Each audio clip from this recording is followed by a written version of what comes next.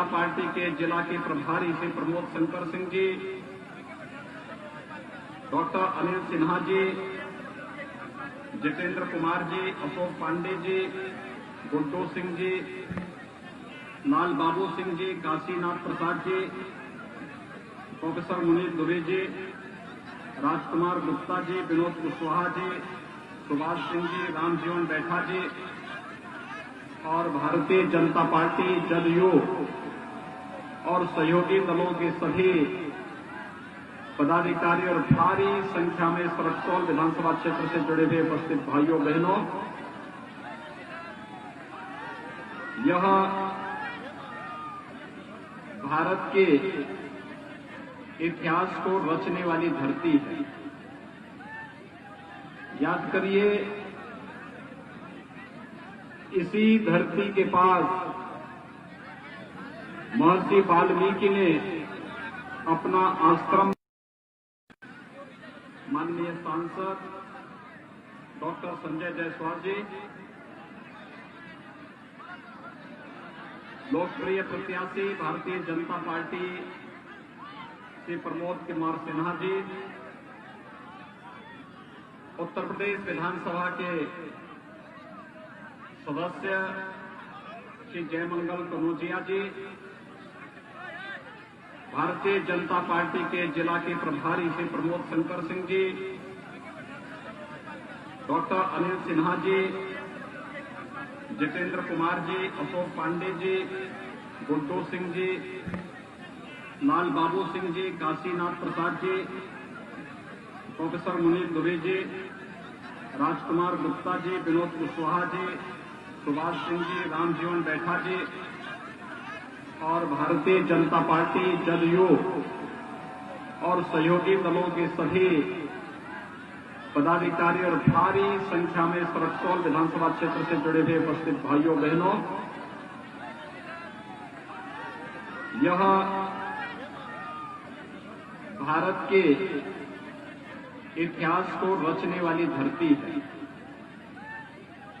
याद करिए, इसी धरती के पास महर्षि वाल्मीकि ने अपना आश्रम बनाया था। अपनी तपस साधना से जिस भूमि को पवित्र करने के साथ ही माता सीता की शरण स्थली जो धरती रही हो और महात्मा गांधी के सत्याग्रह की जो भूमि रही हो, उस भूमि को मैं कोटि कोटि नमन करता हूं, आप सबका अभिनंदन करता हूं।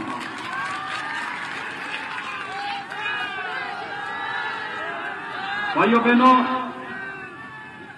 अक्सर मैं डॉक्टर संजय जायसवाल जी के साथ चर्चा करता था रक्सौल, वाल्मीकि नगर और आसपास के क्षेत्रों के बारे में, और आज मुझे साक्षात यहां पर आप सबके साथ संवाद करने, बातचीत करने का सौभाग्य प्राप्त हो रहा है। हम सब वर्तमान में बिहार विधानसभा चुनाव के लिए आप सबसे अपील करने के लिए यहां पर आए हैं। पहले चरण का चुनाव संपन्न हो चुका है, दूसरे चरण में कल चुनाव होना है और अंतिम चरण में 7 नवंबर को आप सबको भी बिहार विधानसभा के माध्यम से बिहार के जनता के भाग्य का चुनाव करना है। भाइयों बहनों, मैं अभिनंदन करूंगा, वैश्विक महामारी कोरोना के दौरान जिस उत्साह और उमंग का परिचय बिहार के मतदाताओं के द्वारा दिया जा रहा है, वे अभिनंदनीय है। लेकिन मेरी आप सबसे विनम्र अपील होगी, कोरोना के खिलाफ देश की लड़ाई को प्रधानमंत्री मोदी जी के नेतृत्व में यह देश जिस प्रतिबद्धता के साथ लड़ रहा है, उसमें प्रधानमंत्री मोदी जी ने 2 महत्वपूर्ण मंत्र दिए हैं। एक मंत्र दिया है कि जब तक दवा या वैक्सीन नहीं आ जाती है, भारत सरकार की पूरी कोशिश है हर एक व्यक्ति को निःशुल्क वैक्सीन उपलब्ध कराने की, लेकिन जब तक हमारे पास वैक्सीन नहीं आ जाती है, तब तक बचाव ही सर्वोत्तम उपाय है और बचाव के लिए 2 गज की दूरी और मास्क है जरूरी। हम इसका पालन करें। देखिए, अग्नि से, पानी से और बीमारी से दोस्ती नहीं की जाती। आग कहीं लगी हो, हम अचानक उसमें नहीं घुसते, बचाव करते हैं। कहीं बाढ़ आती है तो हम उससे बचाव करते हैं, उसमें घुसते नहीं बाढ़ के पानी में। और ऐसे ही बीमारी होती है, बीमारी में हम अचानक नहीं घुसते हैं, बीमारी से भी बचाव करना होता है। और बचाव के लिए ही आज जितना बचाव कर पाएंगे बीमारी समाप्त होगी। और प्रधानमंत्री मोदी जी के नेतृत्व में बीमारी को काफी हद तक नियंत्रण किया जा चुका है। ईश्वर चाहेंगे तो अगले 1-2 महीनों के अंदर बीमारी को भवे के लिए समाप्त करने में भारत को सफलता प्राप्त हो जाएगी। तब तक वैक्सीन और दवा भी आ जाएगी, लेकिन बचाव तो हमें करना ही होगा। लेकिन कोरोना के दौरान प्रधानमंत्री मोदी जी के नेतृत्व में देश ने जिस बड़ी लड़ाई को लड़ा था, आपके सामने वो सब उदाहरण के रूप में है।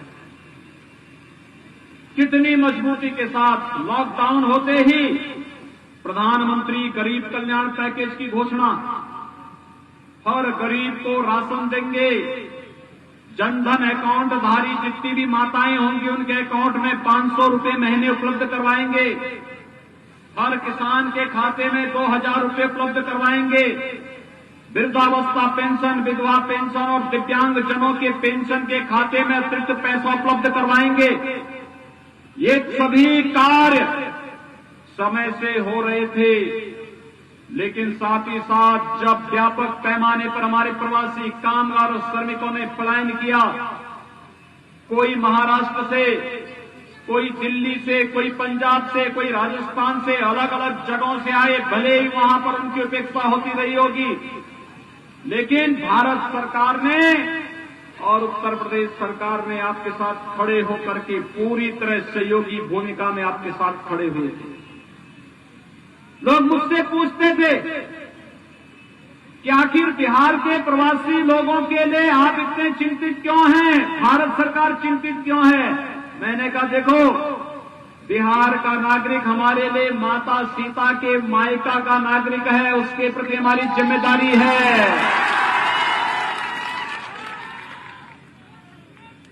मां सीता के प्रति हमारी श्रद्धा और सम्मान का भाव है, इसलिए किसी भी बिहारी नागरिक को वह हमारा अपना नागरिक है, कोई कष्ट नहीं होना चाहिए। उत्तर प्रदेश में आते ही उसे बस की सुविधा, उसको भोजन की सुविधा, उसको रहने की व्यवस्था और सुरक्षित पहुंचाने की व्यवस्था का कार्य पूरी मजबूती के साथ किया गया। प्रधानमंत्री मोदी जी ने स्पेशल ट्रेन चलवा करके घर घर तक उन लोगों तक पहुंचाने का कार्य किया और आत्मनिर्भर भारत के अंतर्गत उन सभी लोगों को रोजगार और सम्मान के साथ जीवन यापन करने के लिए सुविधाएं उपलब्ध करवाने का कार्य भी किया। भाइयों बहनों, तमाम प्रकार के नारे लग रहे हैं। आपने देखा होगा बिहार में भी एक नारा लग रहा है रोजगार का। आखिर कांग्रेस ने देश के अंदर सर्वाधिक समय तक शासन किया। बिहार के अंदर राजद और कांग्रेस के नेतृत्व की सरकार को 15 वर्षों तक शासन करने का अवसर प्राप्त हुआ था। इन वर्षों में इन्होंने क्या किया?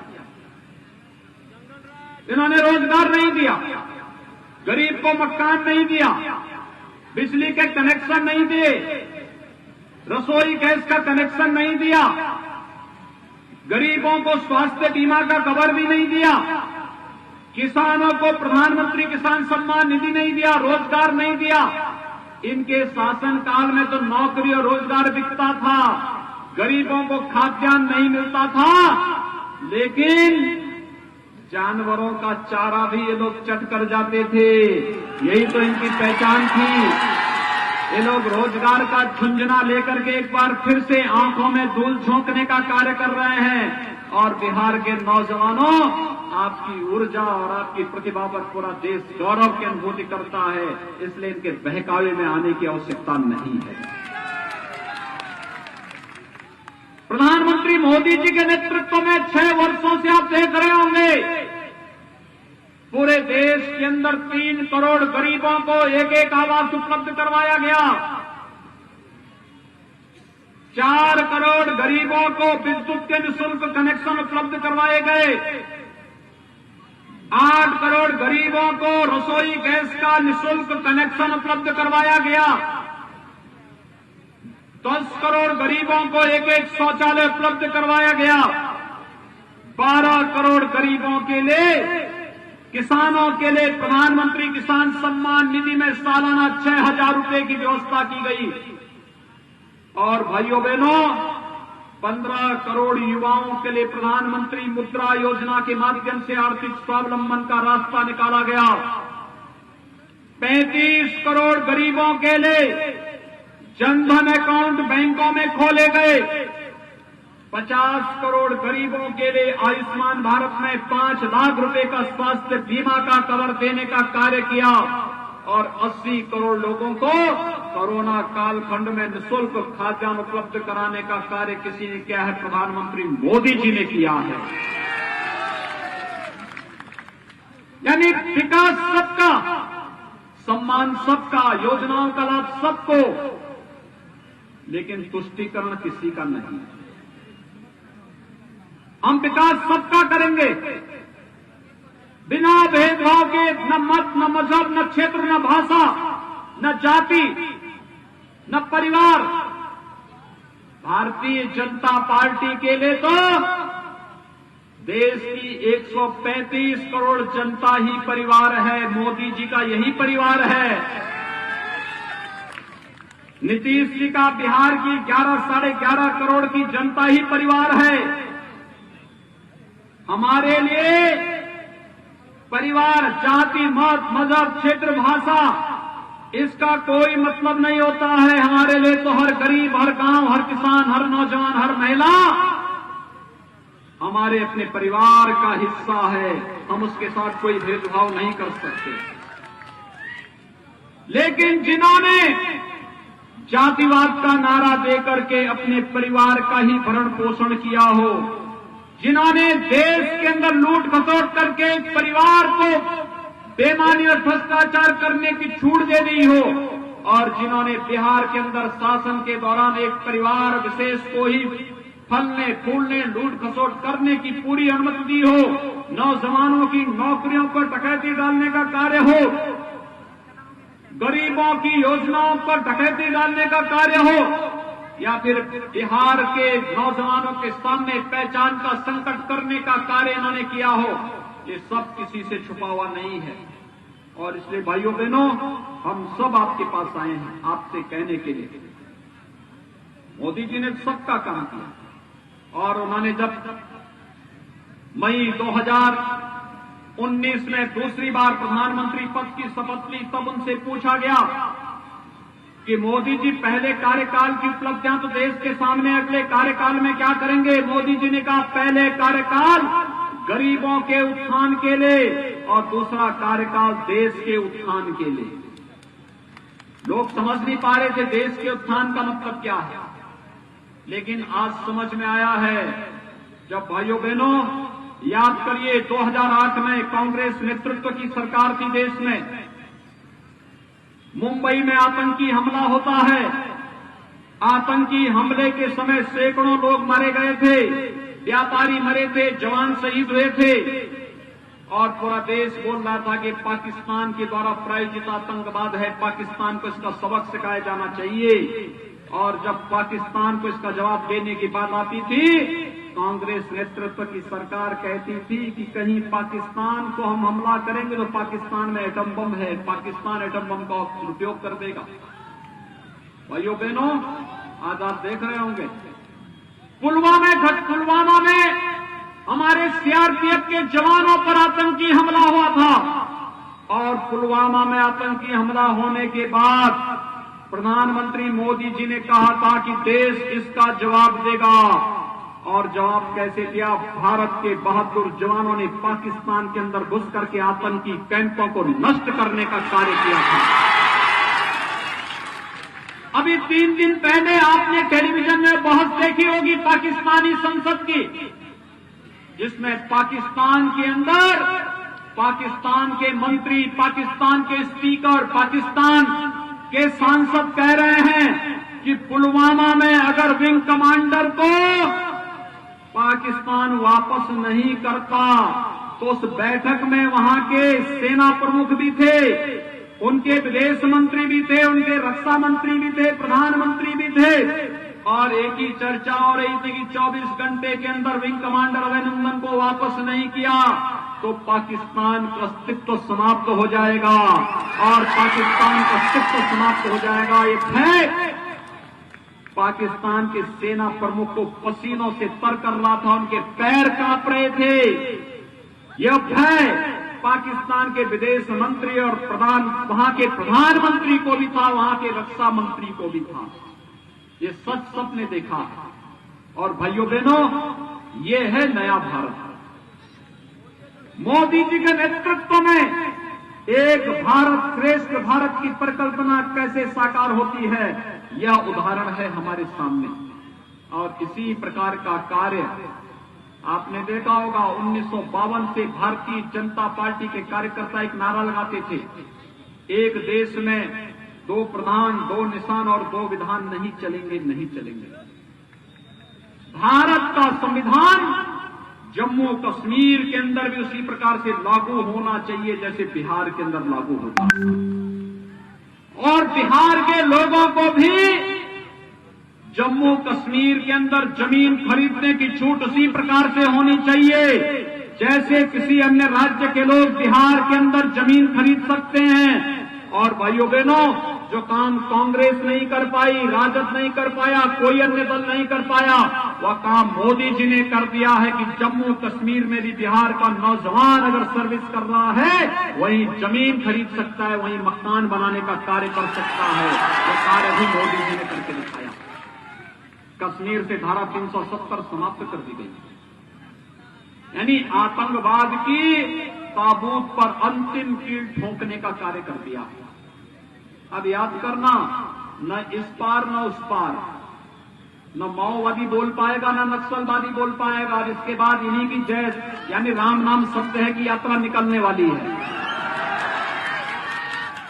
ये यात्रा बहुत मजबूती के साथ निकलेगी। आतंकवाद को तो आपने देखा होगा, कल एक आतंकवादी को कश्मीर के अंदर कैसे मारा गया। अगर यही कांग्रेस होती थी, जवानों के लिए क्या कहते थे? कहते थे कि तब तक फायर मत करना जब तक आतंकवादी फायर न कर दे। तो कांग्रेस के लोग कहते थे।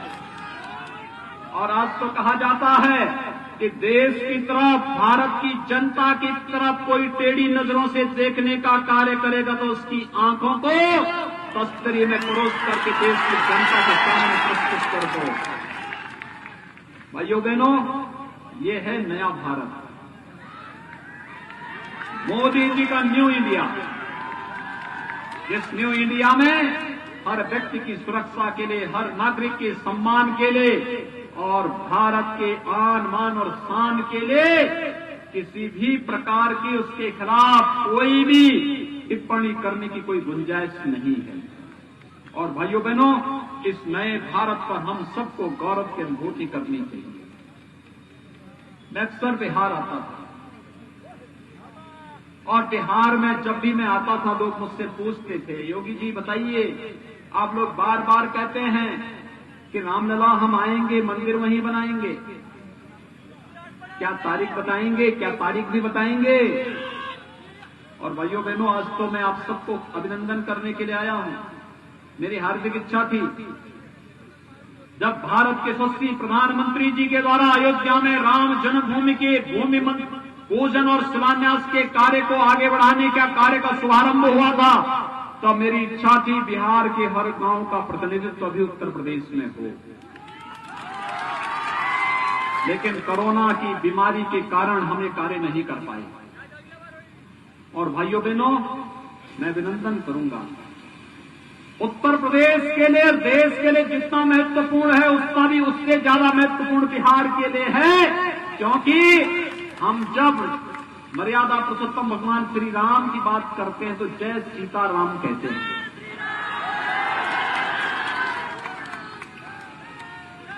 ये जय श्री राम भी, श्री का मतलब माता सीता से ही है।